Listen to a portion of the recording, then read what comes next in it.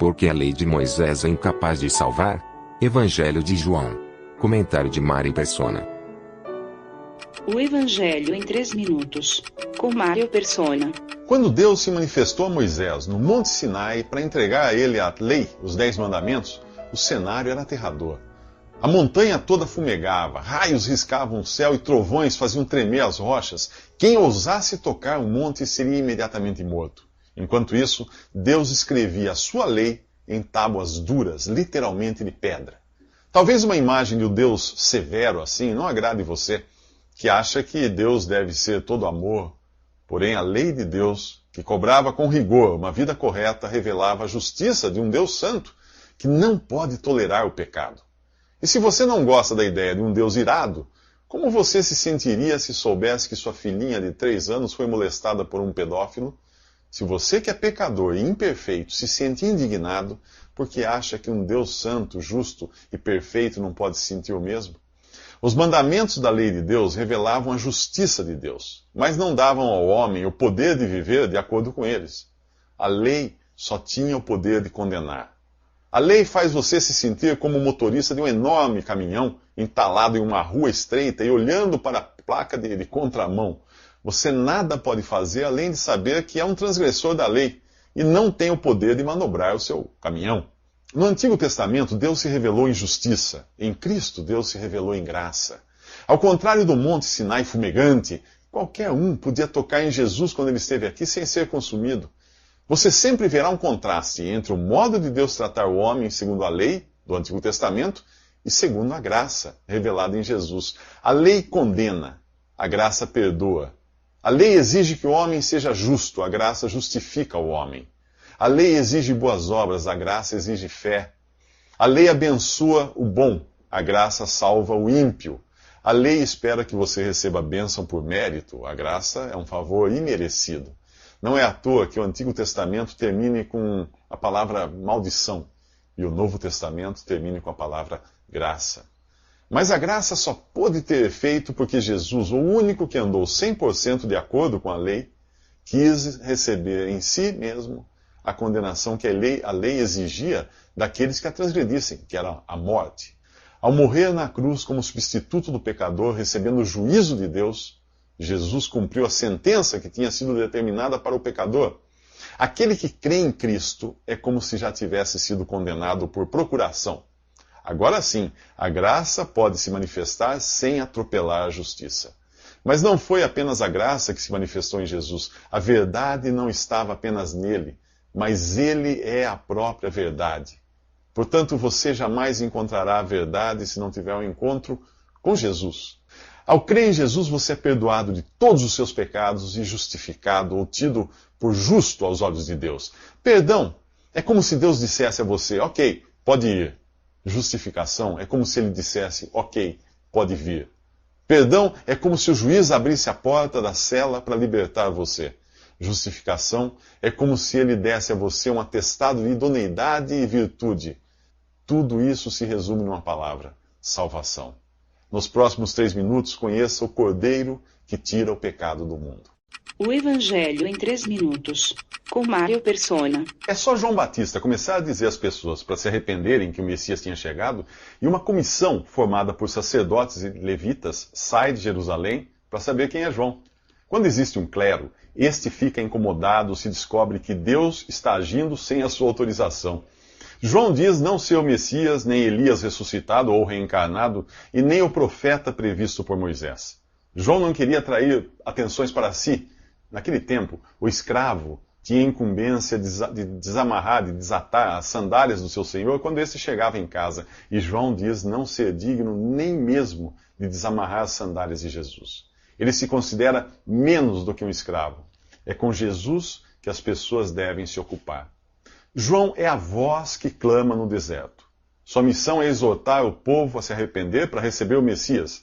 Os que se arrependem são batizados por ele como uma prova exterior de um arrependimento interior.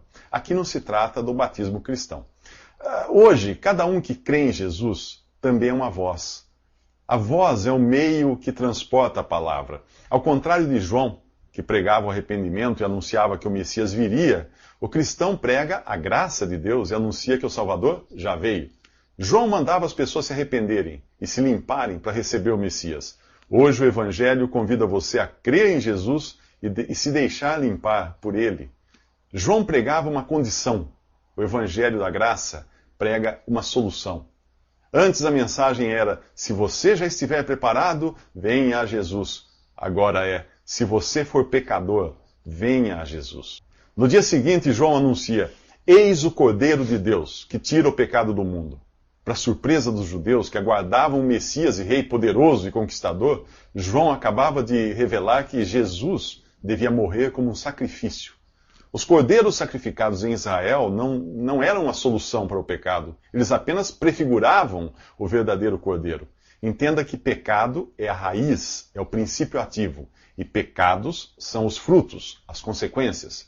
Ao morrer na cruz, Jesus levou sobre si os pecados, no plural, daqueles que creram e que creem nele, em todas as épocas, antes e depois da sua vinda. Os que creram antes, eles creram que Deus providenciaria um cordeiro. Os que creem hoje, creem que Deus já providenciou esse cordeiro. Na cruz, Jesus também tirou o pecado, no singular, do mundo. Ou seja, restaurou os fundamentos da própria criação de Deus. Sua morte foi, primeiro, para resolver a questão do pecado, no que diz respeito a Deus, e segundo, para resolver o problema do homem, dos pecados do homem. Mesmo que ninguém fosse salvo, ainda assim a obra de Cristo teria sido perfeita e teria tirado o pecado do mundo. Ela é a base eterna para os novos céus e a nova terra, que ainda são futuros. Jesus já tirou o pecado do mundo e limpou os pecados dos pecadores que creem nele como Salvador, e apenas destes. Será você um deles? O Evangelho em 3 minutos, com Mário Persona. A mensagem de João, o Batista, tinha sido certeira. 2 de seus próprios discípulos o deixam para seguir Jesus. Esse deveria ser o papel de todo aquele que fala de Cristo, apresentar o Salvador e sair de cena. É para Jesus que toda a Bíblia aponta, e é nele que todos os desígnios de Deus são realizados. Queria ficar entre o pecador e Jesus como um intermediário, como um mediador, um sacerdote, é usurpar uma posição que não cabe ao homem. É fácil identificar se um ministério vem de Deus ou não. Tudo que glorifica algo ou alguém que não seja Cristo é do mundo, do homem e da carne. É Cristo que deve ser glorificado. É a Ele que devem ser atraídas as pessoas e pelo Espírito Santo convencidas, como acontece aqui com esses 2 discípulos. Alguns anos depois, o apóstolo Paulo iria repreender os cristãos em Corinto por estarem se tornando seguidores de homens, inclusive dele próprio, de Paulo. Se é em Jesus que você está interessado, a pessoa que encaminhar você a ele não é importante. Ela é apenas uma voz, um instrumento usado por Deus. Jesus vê os 2 que o seguem e pergunta: o que vocês querem? É claro que aquele que conhece todas as coisas não ignorava o desejo deles, mas o Senhor quer que você diga a ele exatamente o que busca. Jesus faz a mesma pergunta a você hoje, e sua resposta irá revelar se você está interessado nas bênçãos ou naquele que abençoa.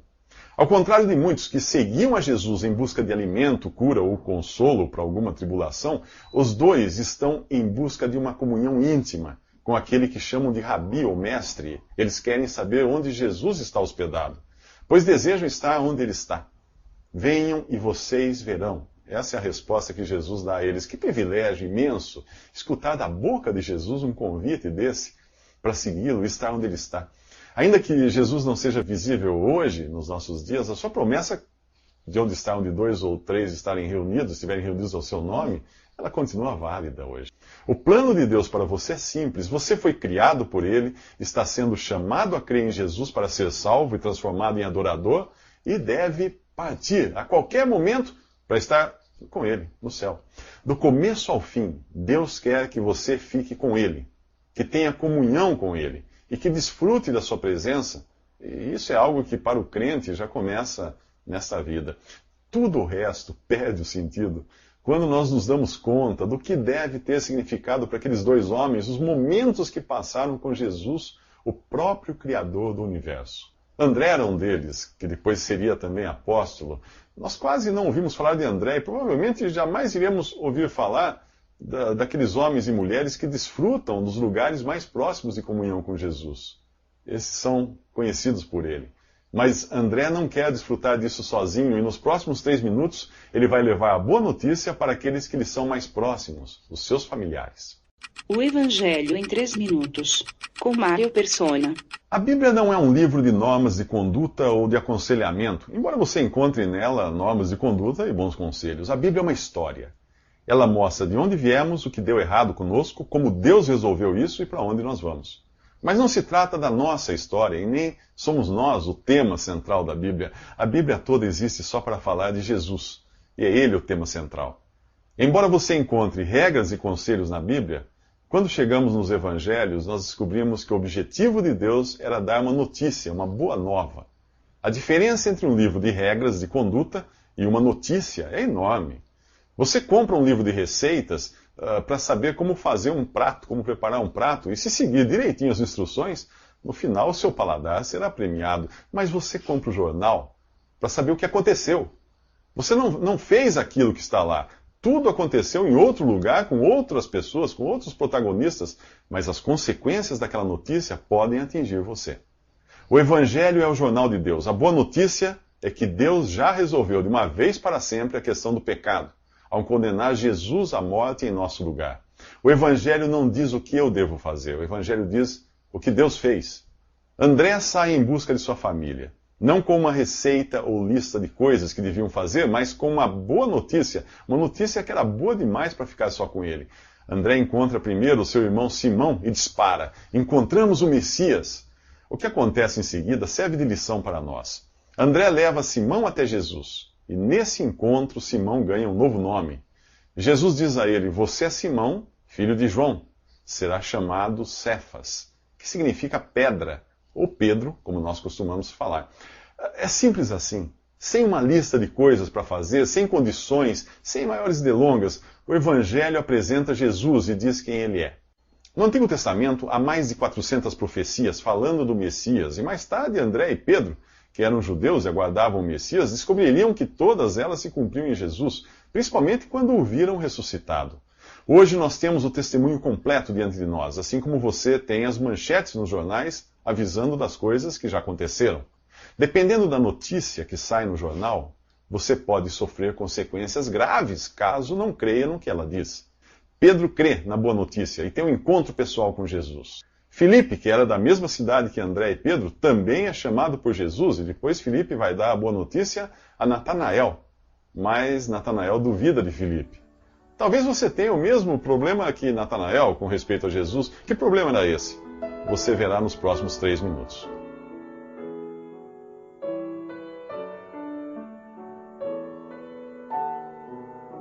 Visite Respondi.com.br. Visite também 3minutos.net.